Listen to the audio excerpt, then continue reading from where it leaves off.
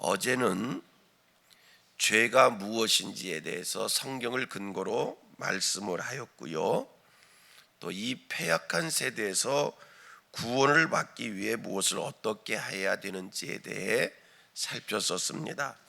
조금 반복하면 오늘 설명을 위해서 어제 공부했던 것을 말씀 받았던 것을 좀 반복을 하면 여러분, 죄란 어제 무슨 말씀을 드렸지요? 성경에서 죄에 대한 정의입니다. 네 가지를 말씀했습니다. 죄란 첫째, 예수를 그리스도로 믿지 않는 게 죄이고요, 불법이 죄이고요, 불의가 죄이고요, 그 다음에 선을 알고도 행치 않는 것이 죄이다. 이렇게 네 가지를 말씀을 했습니다. 그런데 이 네 가지의 공통점은 모든 것이 하나님과 관계된 겁니다. 하나님과의 관계에서 설명되어지는 것이 예수를 믿지 않는 것, 하나님의 법을 어기는 것, 하나님과의 관계가 삐뚤어진 것, 그리고 선을 알고도 행치 않는 게 죄다. 이 죄의 기준이 하나님이구나. 이것을 우리가 발견하게 되고요. 이러한 죄의 기준을 가지고 있기에 우리 기독교에서는요, 아무리 도덕적인 사람이라 할지라도, 인격적인 사람이라 할지라도, 성품이 타의 추종을 불허하는 사람일지라도 하나님과의 관계가 올바르지 않으면 우리는 죄인이다. 이렇게 단정을 짓습니다. 입산수도 몇십 년 했습니다. 사람의 기준으로 보면 성자와 같습니다. 그리하다 할지라도 그가 하나님과의 올바른 관계를 맺지 못하면, 그가 예수를 믿지 않으면 그 모든 이들이 다 죄인인 겁니다.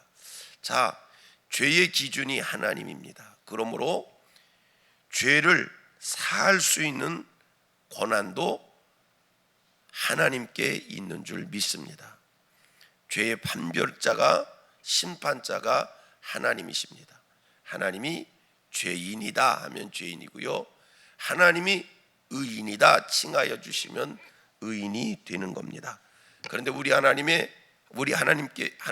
하나님께서 죄의 이 판결의 기준, 심판의 기준이 뭐냐? 우리 하나님은 단순합니다. 오직 하나입니다.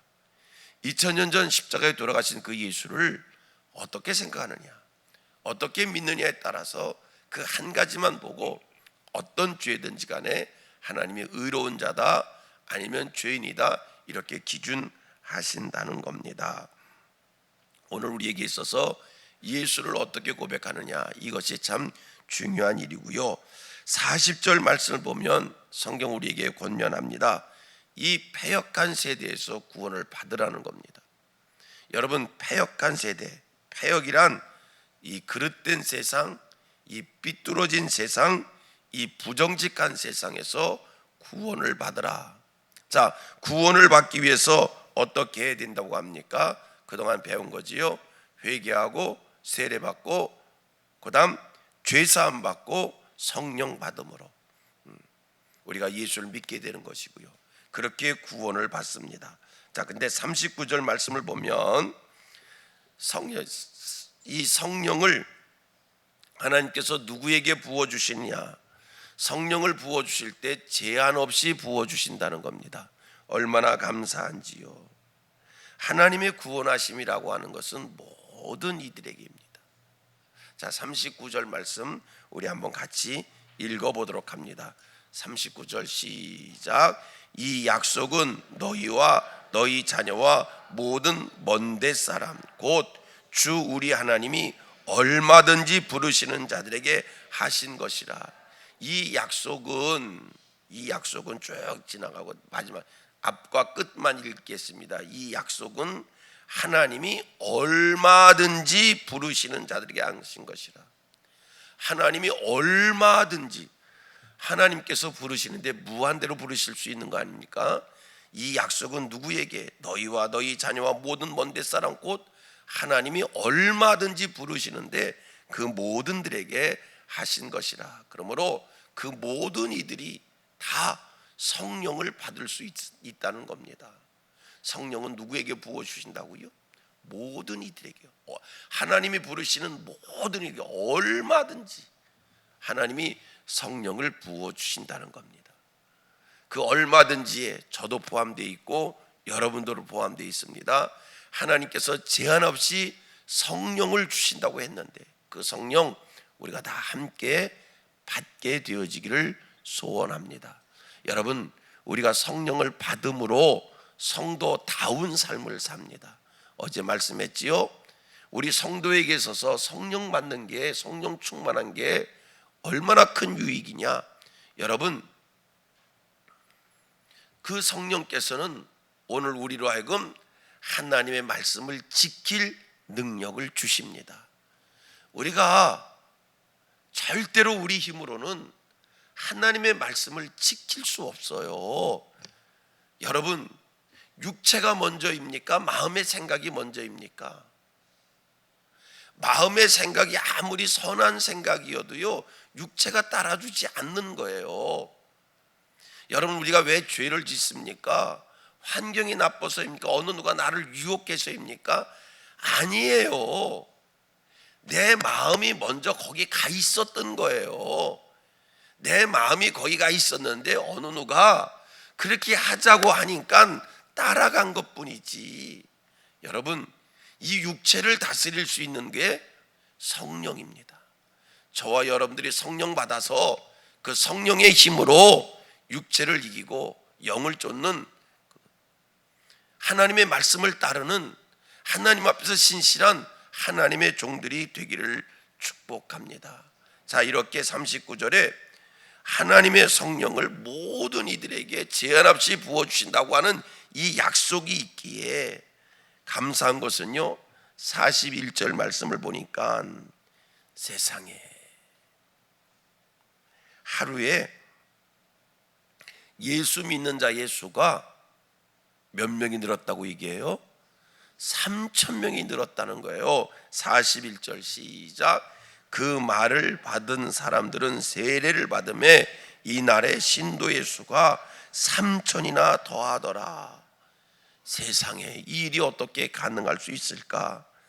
사도의 가르침을 받고 하루에 세례 받은 사람이 3,000명이나 불어났다는 거예요. 이 불어났다는 표현보다도 폭발했다는 표현이 더 맞을 것 같아요. 하루에 3,000명의 예수 믿는 사람이 늘어났다는 것. 여러분, 지금 2장에는요 베드로 사도의 가르침에 하루에 3,000명이 늘었다고 얘기하는데 4장을 가보면 4장 4절 말씀을 가보면 베드로가 3장에 또 한 번의 설교를 합니다. 성전 미문 앞에서 안진뱅이를 일으킨 후에 솔로몬 행각에서 설교를 했어요. 그 설교를 듣고 4장 4절 말씀 가봤더니 남자만 5,000명이 구원받았어요. 한 번 설교에 남자만 5,000명이라고 그랬으니까 5,000명이 구원받고 3,000명이 세례받고, 어떻게 이런 일이 있을까?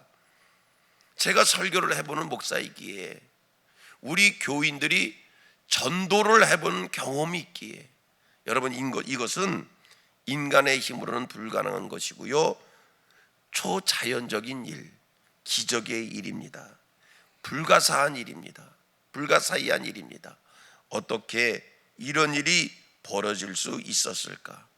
하나님의 능력이면 됩니다. 하나님이 역사하실 때 초자연적인 역사가 일어날 줄 믿습니다. 하나님이 역사하실 때 불가능한 일이 가능케 될 줄로 믿습니다. 여러분, 설교를 해보지 않은 사람은 이 말을 그랬는가 보다라고 지나갈 거예요. 전도를 해보지 않은 사람은 이 말씀을 초대교회는 그랬는가 보다 하고 지나갈 거예요. 하지만 전도를 해본 경험을 가지면, 설교를 해본 경험을 가지면 한 번 설교에 5,000명이 회개하고 3,000명이 세례받고 있을 수 없는 일이에요. 이거는 기적입니다. 이러한 기적이 어떻게 일어났을까? 하나님이 허락하셨기에, 우리 하나님께서 모든 이들에게 성령을 약속하셨기에 그 하나님의 약속이 이루어진 줄 믿습니다. 자, 같이 합니다. 하나님이 약속하셨기에 모든 이들에게 이 같은 일이 일어난 줄 믿습니다. 하나님께서 모든 이들에게 약속하셨기에 이 같은 일이 일어난 거예요. 분명한 것은요, 하나님의 이 약속은 2000년 전의 단회적 사건이 아니라 하나님의 이 약속은, 오늘 성경의 39절의 약속은 오늘도 살아있는 하나님의 약속인 줄 믿습니다. 믿으십시다. 오늘도 이 같은 일이 일어날 수 있습니다. 이 같은 일이 일어났을 때 이것은 사람이 한 것이 아니라 하나님이 하신 일로 믿으시기를 바랍니다. 다시 반복합니다. 이 약속은 2000년적 단회적 사건이 아니라 오늘도 살아있는 하나님의 약속이고, 소망하기는 그 약속이 오늘 저에게서, 여러분들에게서 이루어지는 하나님의 약속이 되기를 소망합니다. 여러분, 우리나라가 5000년 불교 나라였어요? 유교 나라였어요? 샤머니즘 나라였어요? 그런데 여러분, 5000년 불교의, 유교의 샤머니즘 배경을 가지고 있는 이 나라가 기독교 100년 역사에 놀라운 경이스러운 기독교 초강국이 되어졌습니다. 어떻게 이런 일이 일어날 수 있었을까? 고백합니다. 하나님이 하시면 됩니다. 아멘. 대대로 유교 집안이, 대대로 불교 집안이 예수 믿고 구원받고, 유교 집안에서 주의 종이 나오고 불교 집안에서 주의 종이 나오고, 어떻게 그런 일이 일어날 수 있습니까? 하나님이 하시면 되는 것이고요, 39절의 약속대로 이 약속은 하나님이 얼마든지 부르시는 자들에게 하신 것이라.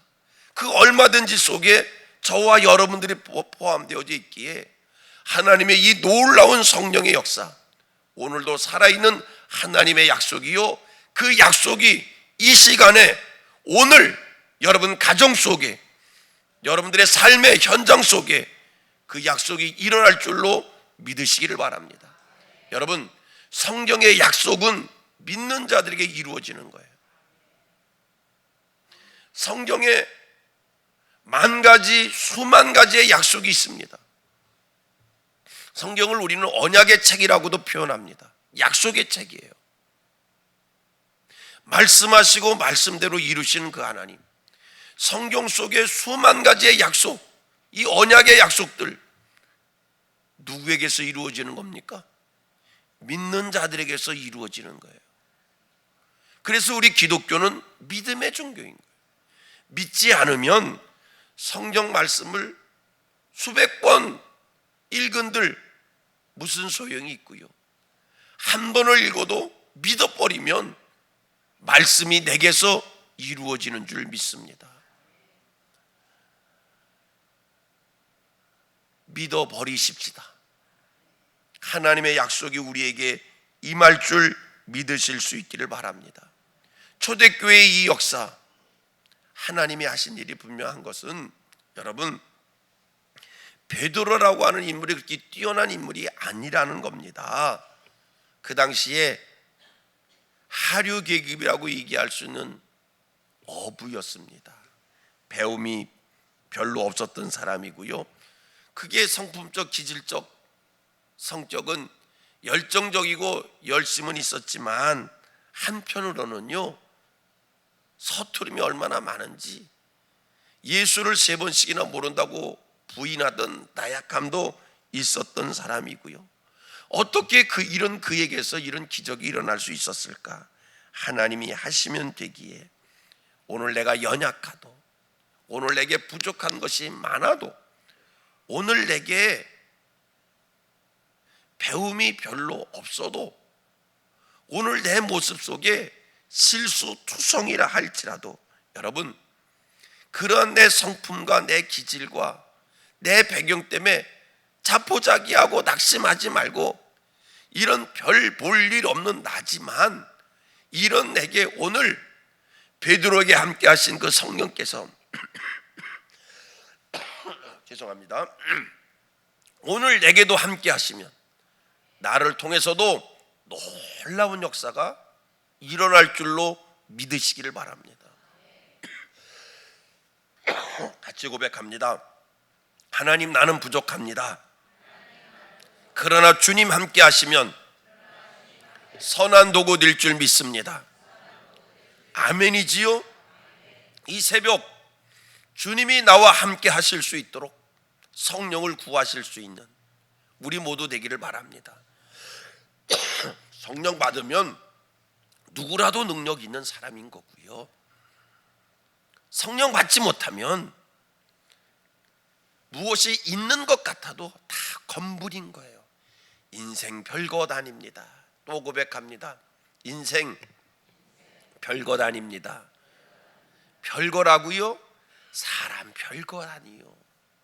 쉽게 상처받고. 누가 강합니까? 누가 용기 백배합니까? 남이 전해주는 몇 마디 말에 상처받고 속상해서 흥분하고 실수하고 실족하고, 이게 인생인 거예요. 용기 백배한 것 같고 세계를 포용하는 것 같아도요, 인생 말 한마디에 상처받고 자빠지는 게 인생인 거예요. 그래도 여러분, 하나님이 함께 하시면, 이것이 교회에서 복음의 그 전도에 관한 일, 교회 안에서 영적인 일이 아닌 세상에 관한 일도 하나님이 함께 하시면, 성령이 도와주시면 능력 있고 권세 있는 삶이 사라질 줄로 믿습니다. 오늘 말씀 마음에 새기면서, 아, 그렇구나, 하나님이 하시면 되는구나. 성령 하나님, 오늘도 내게 은혜를 주시고 능력 주시고 나와 함께 해주셔서 힘 있는 삶이 사라지게 하시고 초자연적인 일들이 내 삶의 주변에서 하나님의 도우심으로 펼쳐지게 하옵소서. 이렇게 소망할 수 있게 되기를 축복합니다.